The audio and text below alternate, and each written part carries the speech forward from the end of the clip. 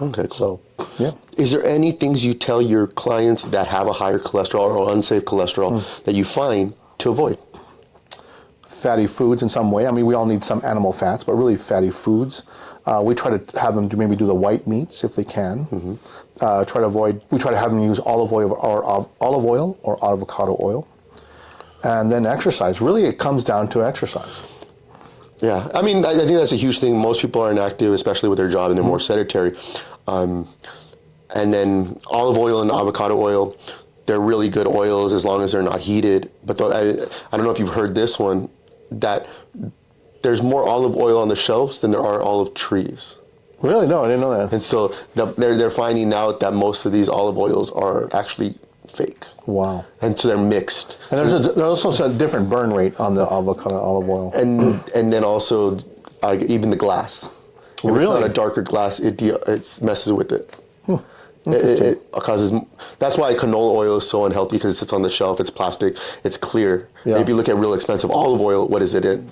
A dark green, right? I think dark green bottles. This is there in dark green bottles. Very so cool. It's a little bit more healthier. Cool. And what do you believe about ghee, grass-fed butter, tallow? I think those are huge things. I started using tallow on my face, and I haven't done it lately, but I have a wound, and I've been using tallow, and it's working better for me. As an anti-inflammatory? Yeah, than Neosporin, which is like amazing. And that whole thing, like, tallow used to be in McDonald's French fries. Really? And so 30 years ago, they changed it. So I think that's why, I think it's still used in Europe, but I would have to check on that. Interesting. But tallow, I think, is just an underused fat. And I think it's the beef industry has had so many negative influences from this. I think we're all trying to get healthy, and there's just so many studies out there. Now, what makes you pick your certain studies? Like, you do a lot of research.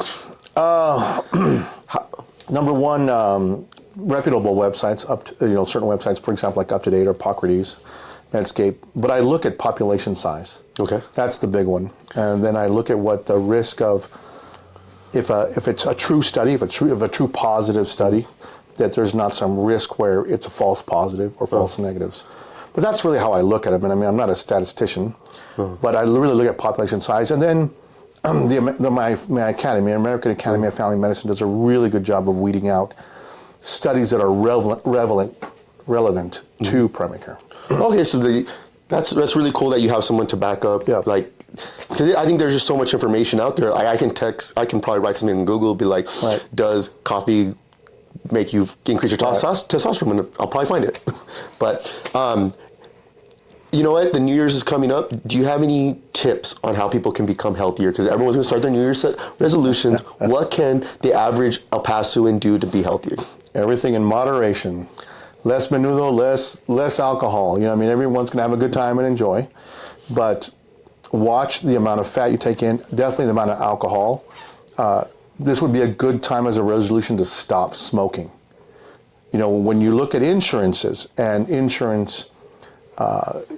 when insurance companies want to insure a person, you will pay 400 times more if you're a smoker in premiums.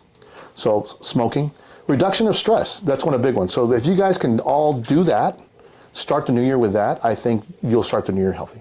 Oh, well, thank you so much for the advice. Thank you so much, Dr. Thank you very much. I really appreciate it. It was great meeting with you. Thank you. Oh.